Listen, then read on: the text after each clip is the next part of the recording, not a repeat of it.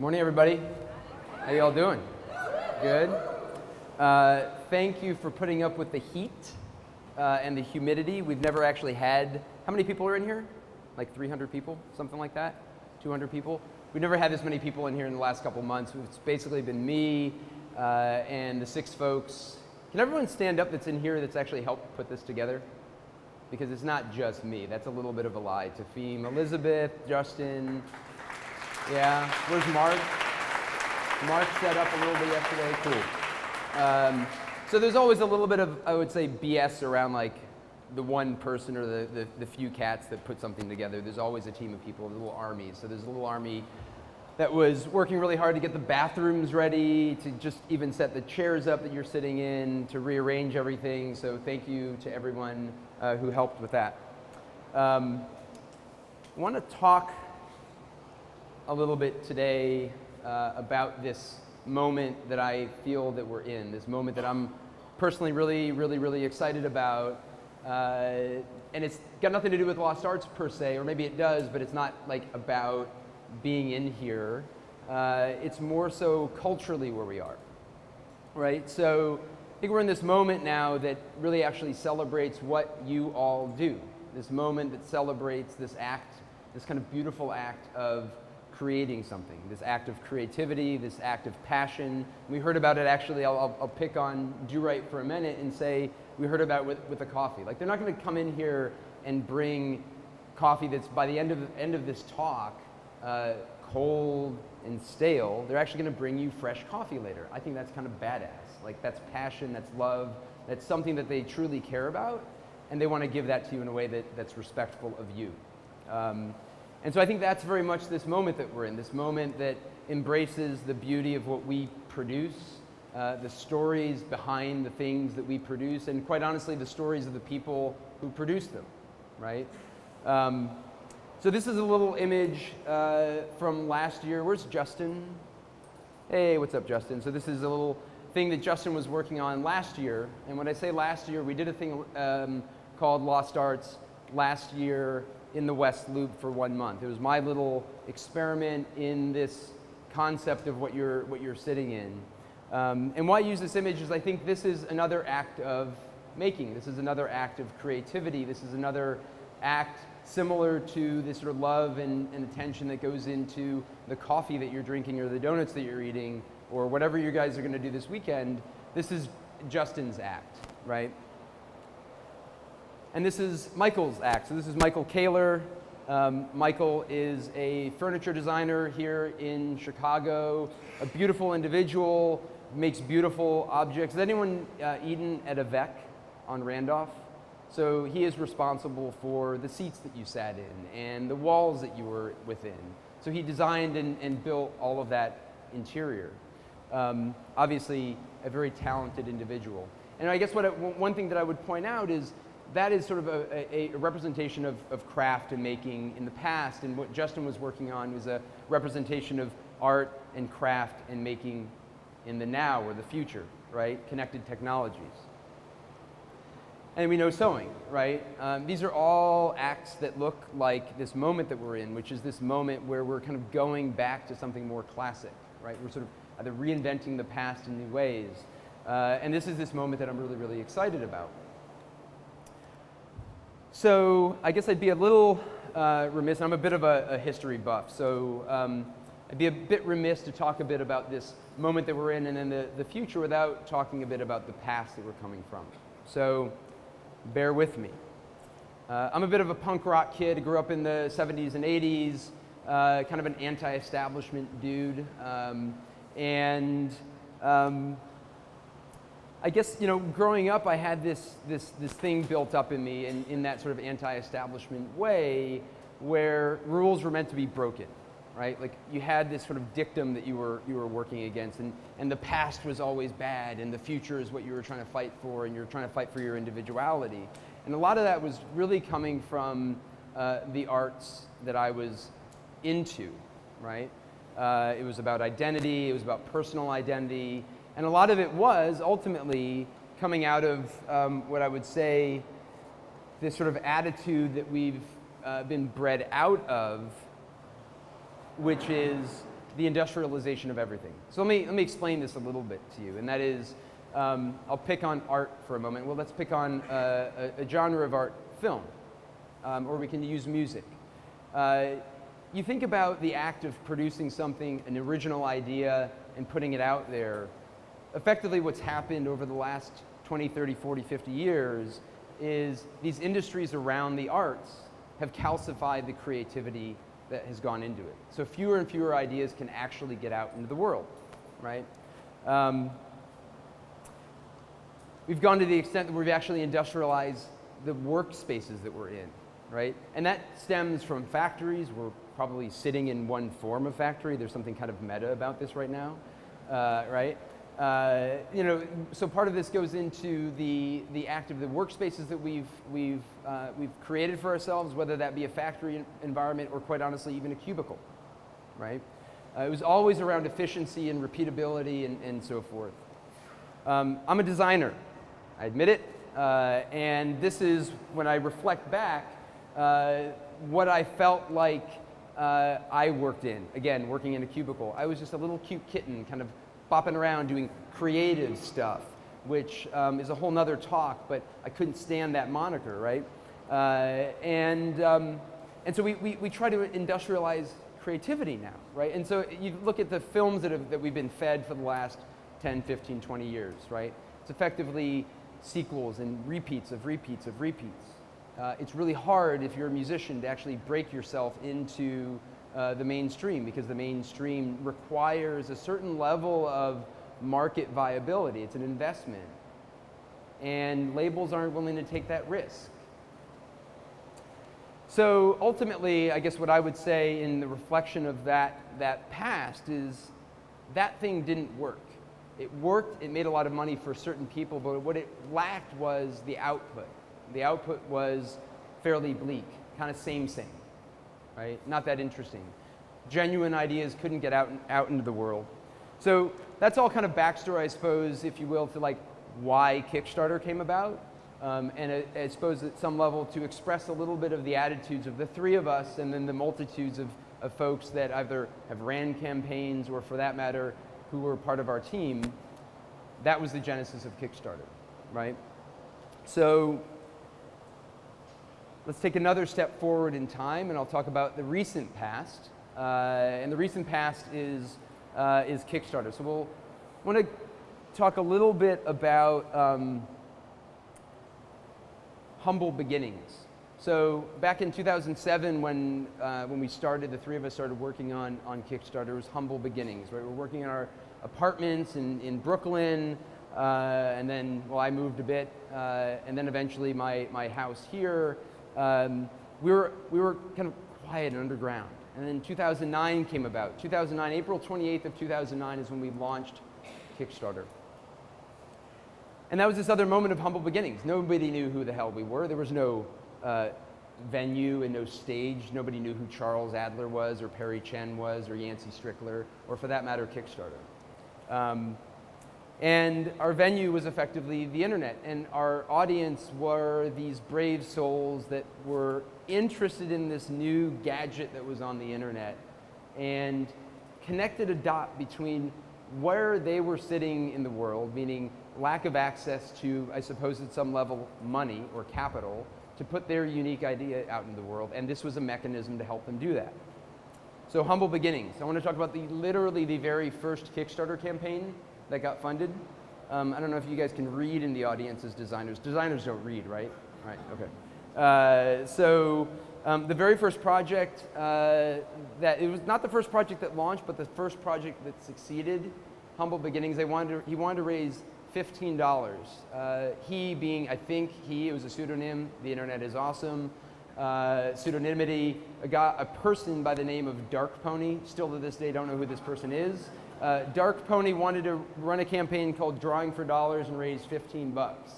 Well, Dark Pony ended up blowing the doors off of his campaign. We start to hear this now. It's kind of normal. He raised $35 whole from 3 people, right? Yeah, pretty rad, right? Can anybody guess what he wanted to do?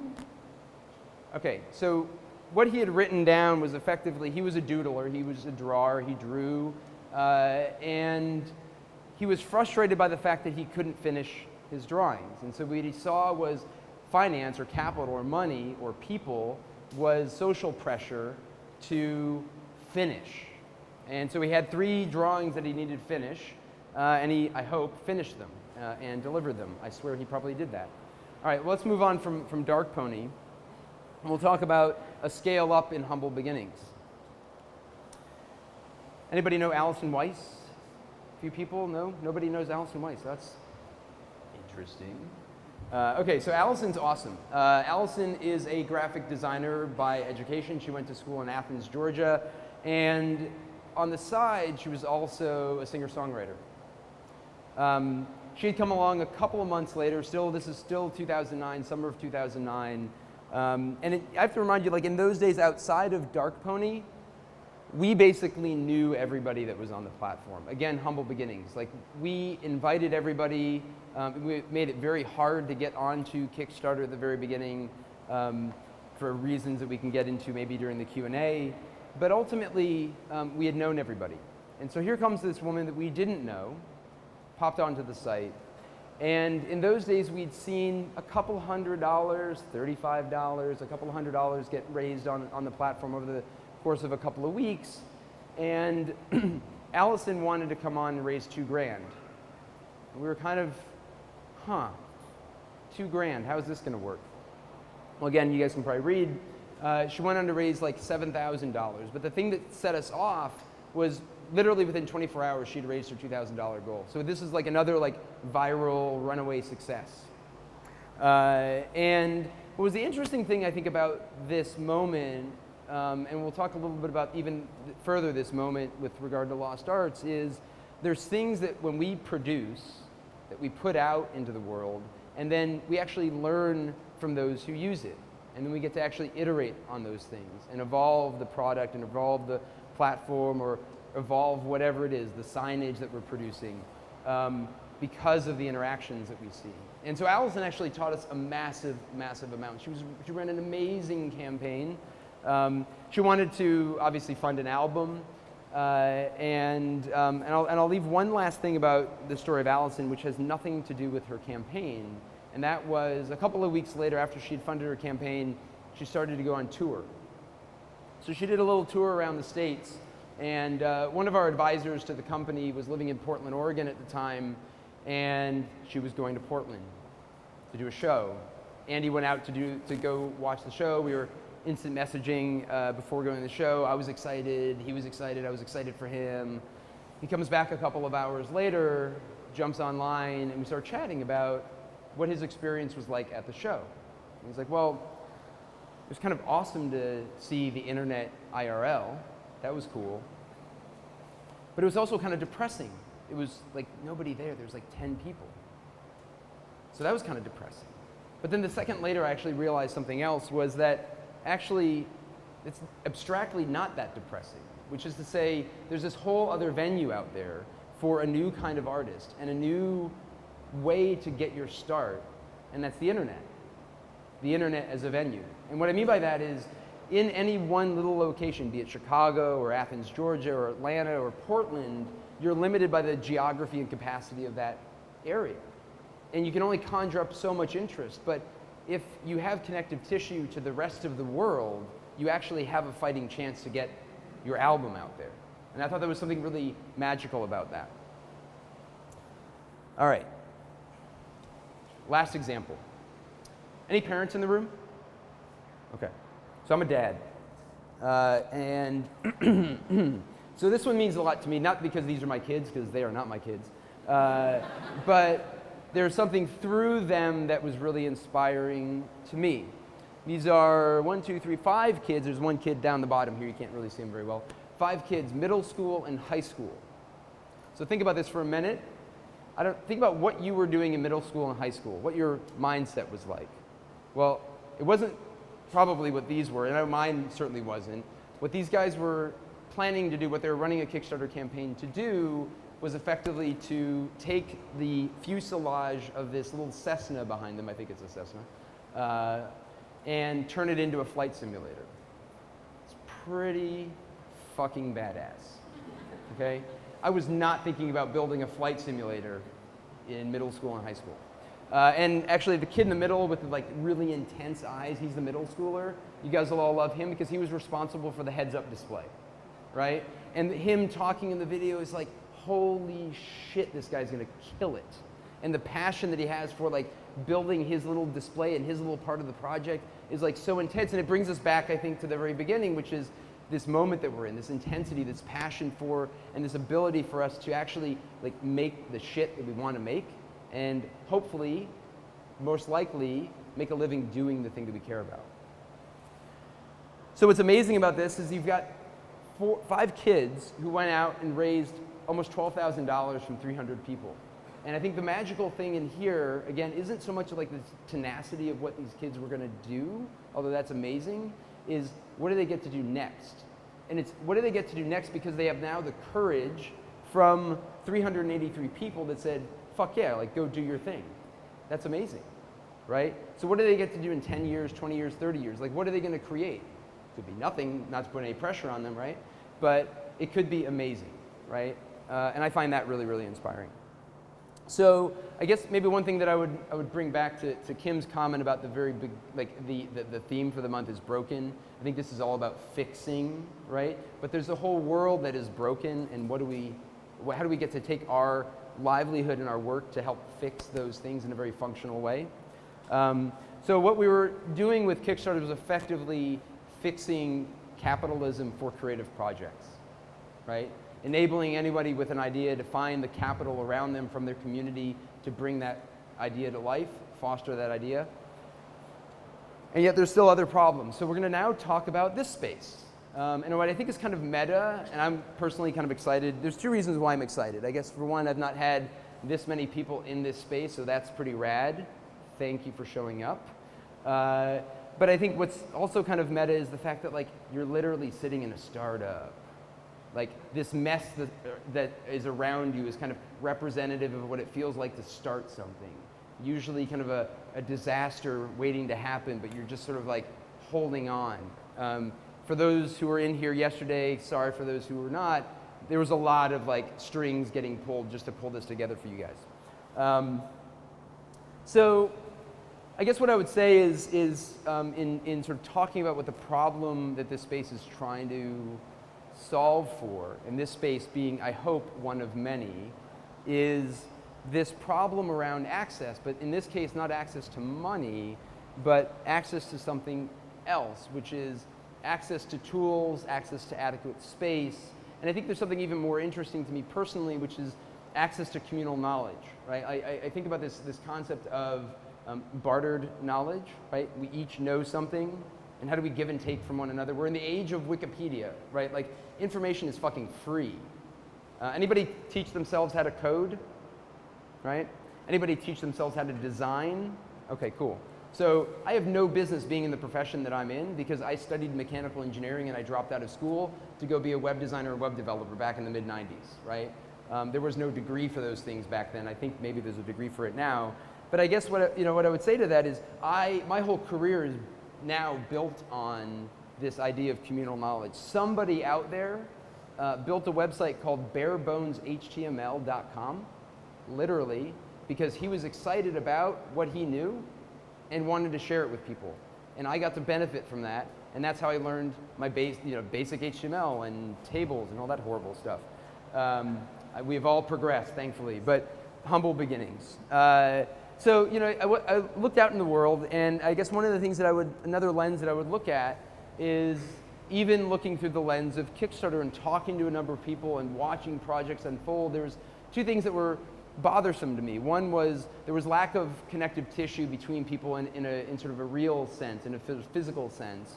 And then I think the other piece was there was a lack of space to either fulfill projects or even develop ideas or develop projects.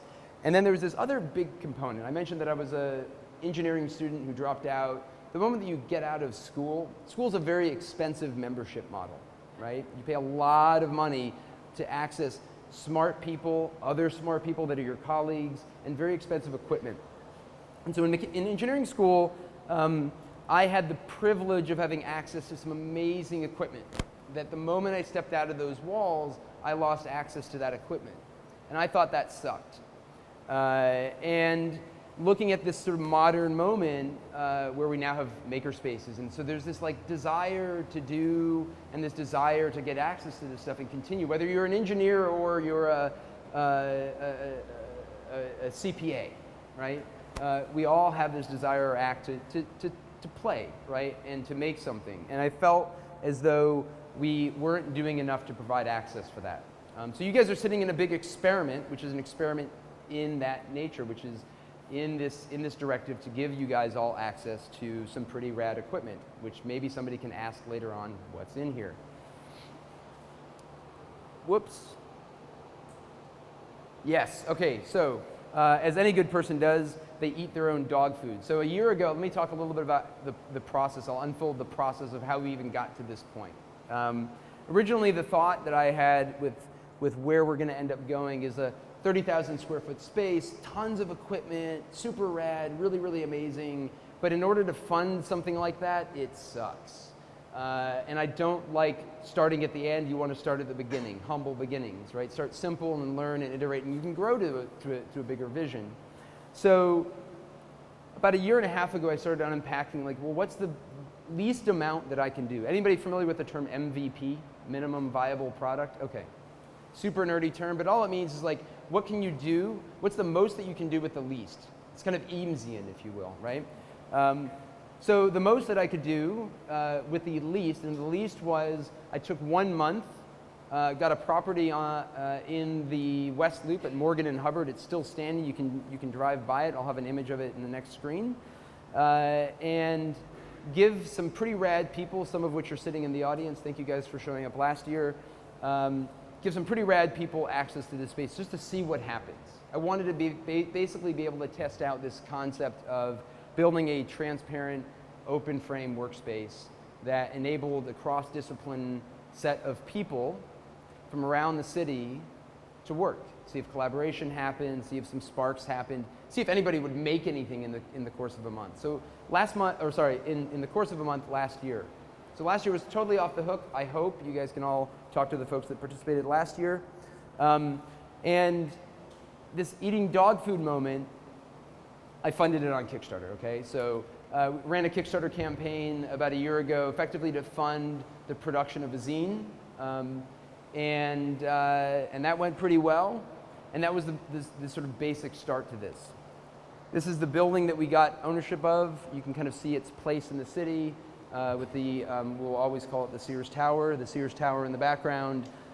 And there was this thing that happened that was really interesting. Again, this kind of goes back to that Alison White story. There are these moments that you put something out there, and then you let people play with it, and you see what do you learn from it, and how do you evolve it. So one of the amazing things that happened last year, kind of a byproduct of the heat and tension and creativity that was happening on the inside of the space, was we'd invited a number of artists to basically paint a bunch of murals on the outside. And the only direction that I gave them, because it was a space about inherent creativity, I said, look, just spend a few hours or spend some time in the space with the people and reflect that in your work. You do that, interpret that any way you want, but just like, that's all I ask, right? And that's about showcasing like what's going on, expressing what's going on the inside. And so we did murals on 2 walls. I think it was something like 6 artists from around the city. And the amazing thing about art is it's this attractor. And this amazing thing about these pieces and the lot that we had next to it. Anybody know Matthew Hoffman? Matthew, are you in here? No? Shyly, probably not going to say he's in here.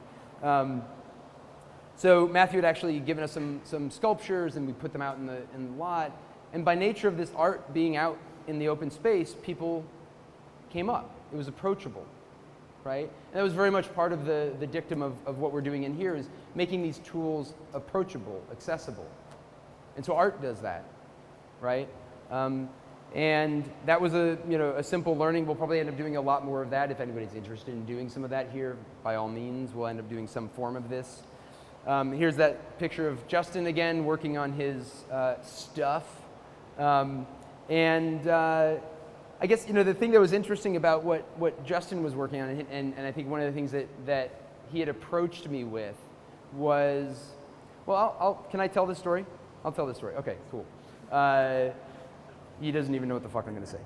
Actually, he probably does. So I didn't know Justin from Adam, right? I mentioned that I had invited people. It was a highly curated month. And I didn't know Justin from Adam. He had seen the Kickstarter campaign, I believe. Is that right? We have some mutual friends. And I got this email out of the blue from this kid, Justin, who wanted to come work at Lost Arts. And I was like, well, there's no jobs here yet. I don't know what you mean. But you seem like a cool kid. Why don't you come over, have coffee? Like, let me get to know you a little bit better, right? I'm not going to let you into my house until I know who you are. And so Justin came over, and what I realized was he wasn't looking for a job. He was just looking for a space, right? Justin's a web developer and designer, but he's also more than that. And I think all of us are kind of more than the one thing that we do. And so Justin sort of self-identifies as a maker. I think just generally a creative dude. And you can see here, he's definitely not like coding anything necessarily, right? He's soldering.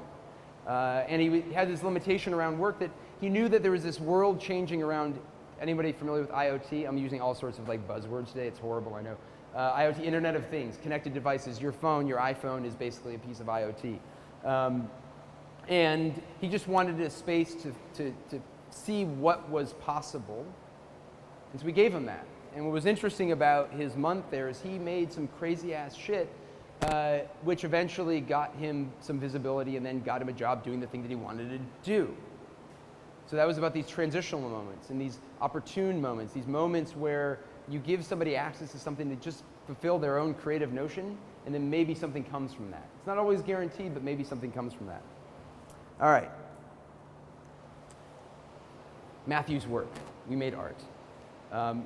Bartership of knowledge. These are two guys. That's Michael in the corner and this kid who stopped by for a day just to see what was going on, had heard about what was going on, and these two struck up a conversation. And what was interesting about watching these two guys talk was here is a master crafts person speaking to maybe a future master crafts person. And what does that knowledge get to transfer to the next generation? And how does this kid get to actually take the historical knowledge that Michael has in the craft that he works in and translate that into a new craft for a new future?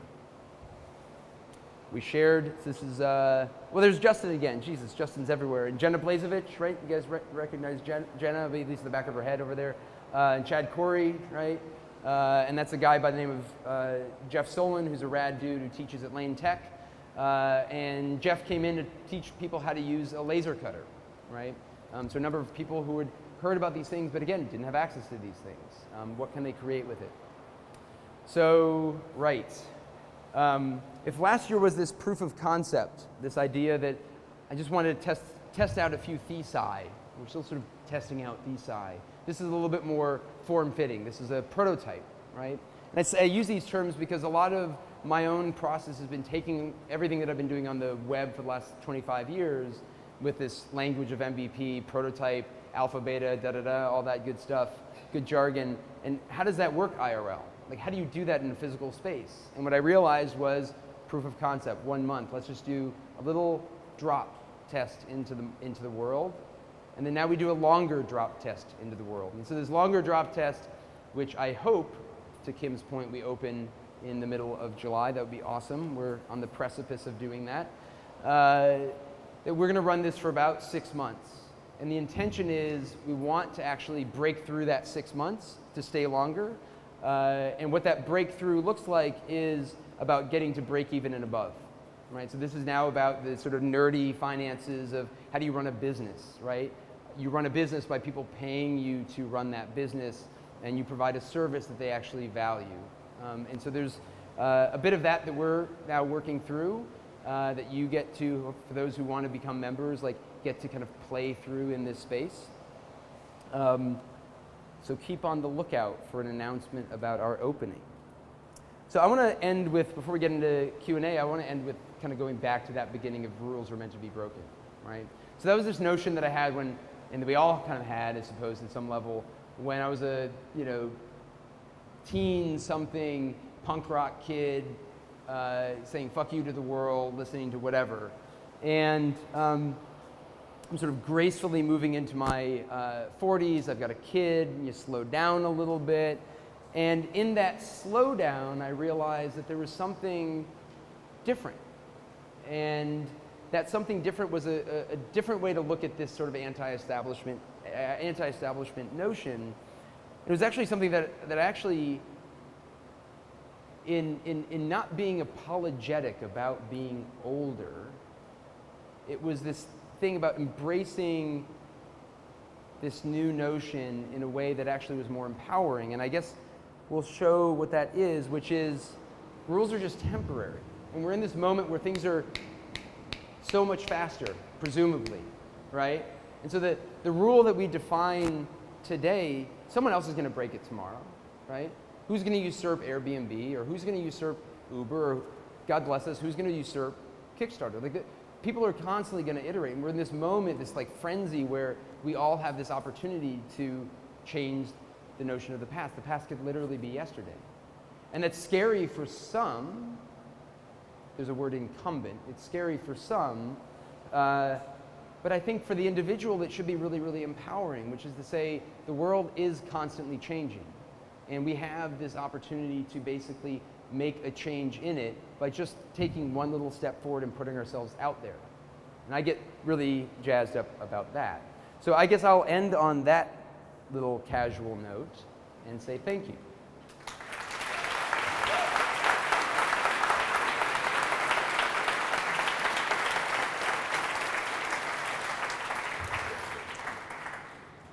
We're going to do about a 10-minute Q&A with Cheryl, so if you have a question, just raise your hand and then... Do I pick them, or you pick them. I pick them? Oh, I don't like that. Okay. Anybody have questions?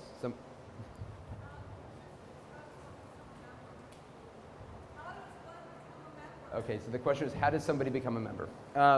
So early days for us, humble beginnings for us, and we're sort of testing out the, I would say, process, right, of becoming a member. We're doing an application process. It's super lightweight and super lighthearted, but one of the things that's really important for us in the space is this sort of diversity across sexes, cultures, races, and disciplines, right? I think the value of the space is the value of the diversity of the space and the members in it. And so really that's really what we're looking for. You can go to the site right now and there's a little kind of application process. We haven't actually responded to anybody yet because we're not open yet. And once we do get open or get closer to that point of being confident about being open, then we'll get back in touch. But you can find us on lostarts.co and there's a little application process.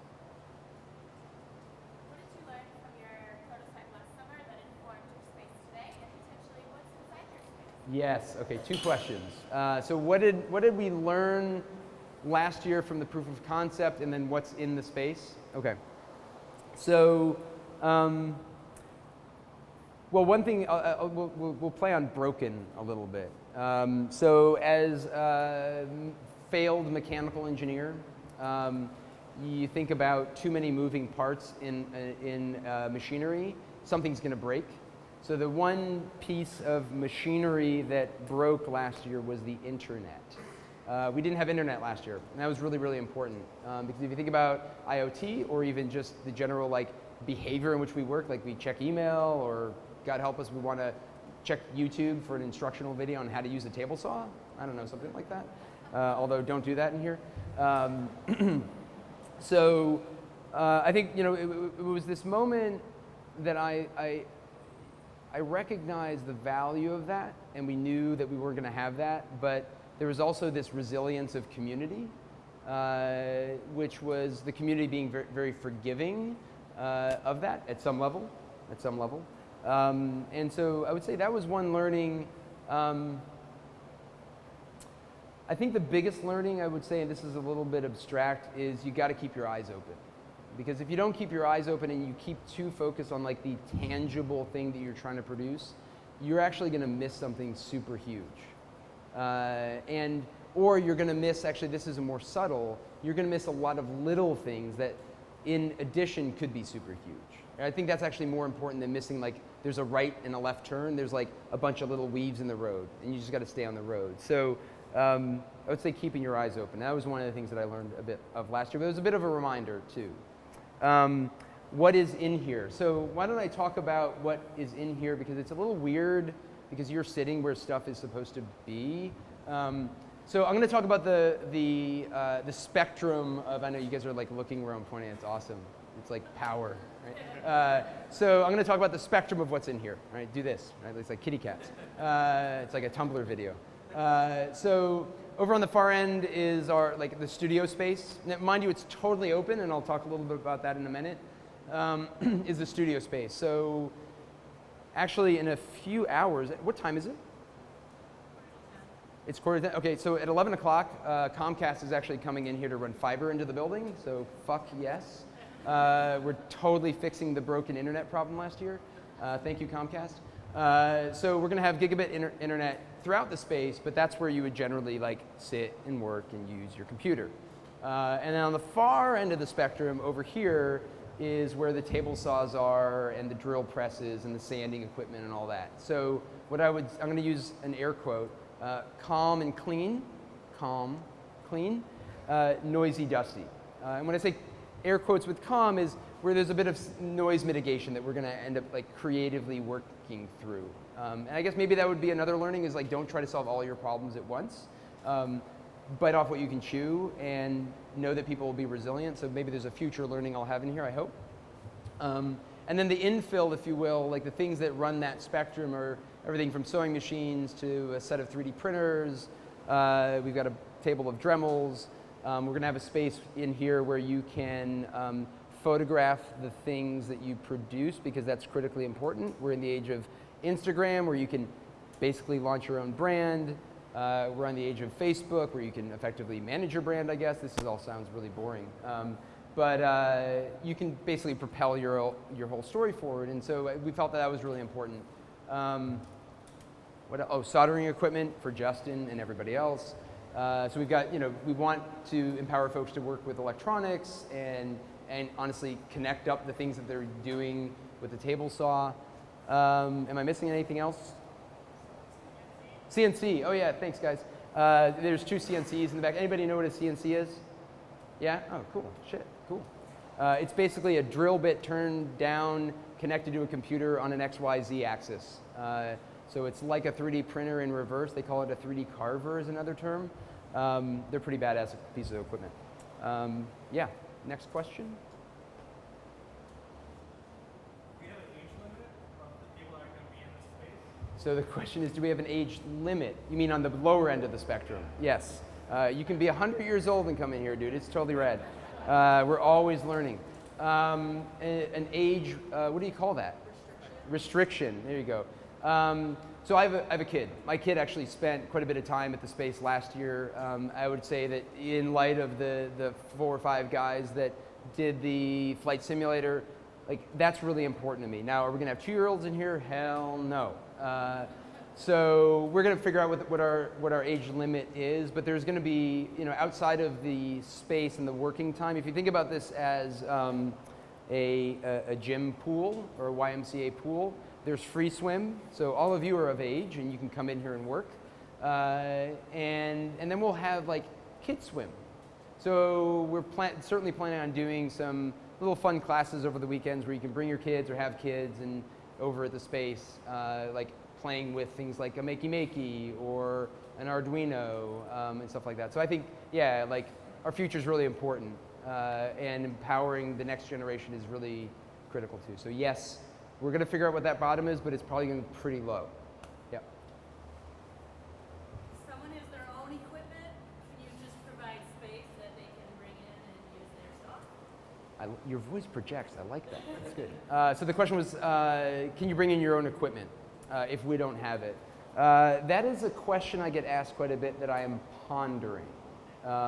So from a liability standpoint, I'd be worried about somebody bringing their own equipment in and me being responsible for your equipment and stuff like that. So TBD on that, but really great question. How do you feel about mentoring the next age of lost arts? Other people who are trying to do a similar idea. Yeah. So the question was, how do I feel about mentoring other people that want to make makerspaces? Yes. Is that fair? Okay. I think that's red. I've got my own thing. Other people have their own flavor of another thing. Me personally mentoring, maybe, but come and hang out and learn something, maybe. Yeah, it's cool. How's that? How is this going to be different from other makerspaces? And are you familiar with Pumping Station? Yes. That's only one of the other makerspaces, right? Yeah, so the question is, how is this going to be different from other makerspaces? Yep. And Pumping Station 1, which is one of the largest ones in Chicago, super rad space on the north side, I think on Elston, is that right? Yeah? So I guess there's some like very distinct differences, I suppose, at some level, and then there's some like same, right? Space, tools, same. People, same. Differences would be most makerspaces, if not all, are effectively communal run. This is like I run this space, so I make the decisions, and the team makes the decisions, right? There's a sort of direction that I want to go, and I think there's another piece perhaps to the space that we didn't really talk about, but it kind of goes into this concept of bartership of knowledge, but maybe something that's a little bit more directed. So this is a space, I sort of describe this as a space for ambitious creatives. Like you want to be able to get from point A to point Z, right? And we all need some help to get there, and some of us need a little bit more help. Some of that comes into the programming.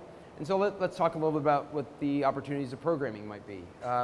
You all need to talk to attorneys. Like they're actually really great, they're super smart, and they'll help protect your ass when down the road when you actually have a good thing in your hands. So having attorneys that understand creative arts or what startups look like would be part of the program of getting folks in here. Getting venture capital folks in here to understand like where is the opportunities for money for your idea, and how do you think about money as a growing business or a potential business, or if you're thinking about what you're producing as a business.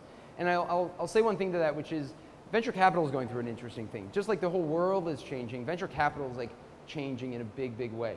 You could argue in some way like maybe Kickstarter is a little bit a part of that, right? It sort of usurps it, but there is this whole like notion that capital and access to capital is changing, and there's a number of venture capital firms around the country, around the globe, and even here in Chicago that are trying new things. And those attempts at trying new things to provide capital to people with growing businesses to obviously make a profit for themselves is also opportunity for every one of you to think about, what's the flavor that's right for me? So I'd say that's perhaps another part of the difference.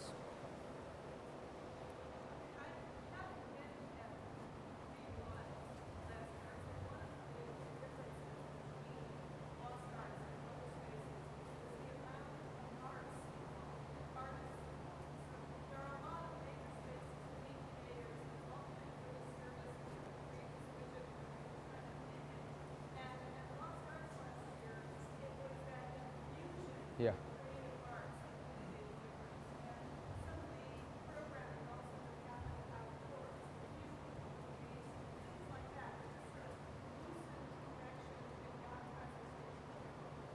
So she helped answer more of the question. So I'll try to repeat. Tell me if I'm wrong. So I think what she was reflecting on was last year. And a few of the things that we had done last year, so filling in some of the gaps. So we had an outdoor space last year. When I first looked at the building, I was like, I don't need an outdoor space. I really just need an indoor space because it's really about these tools. I'm not going to put the tools outside. Like, that's really dumb. And a buddy of mine was like, no. Like, the outdoor space is kind of rad. Like, do something. We'll find some reason to do something with it, right? I should say that the space last year cost me $1. Like, I didn't pay anything for it.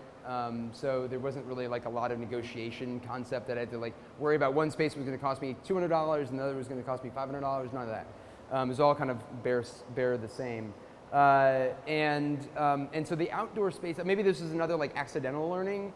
But what was mentioned was the fact that we had used that outdoor space not only for the art, right, art as sort of this attractive quality, but also used the space for events that obviously drew people in, but enabled people to themselves have visibility, which I think is really important. So that actually gets me thinking about another important notion for me with regard to, I guess, mostly my identity as a person that I then get to parlay into the things that I do. So Kickstarter is very much part of this thing that I'm about to mention, which is a lot of the ambition that I have with this space is about making the invisible creative visible, right? So effectively, without the signs outside, or if with thinking about last year, without the art on the exterior of the building or the art in the empty lot, we'd just be invisible just like any other space, right? You drive by, the roll-up door is open, but whatever, it's just a factory, right? 4,000 square foot Bow Trust building in the West Loop,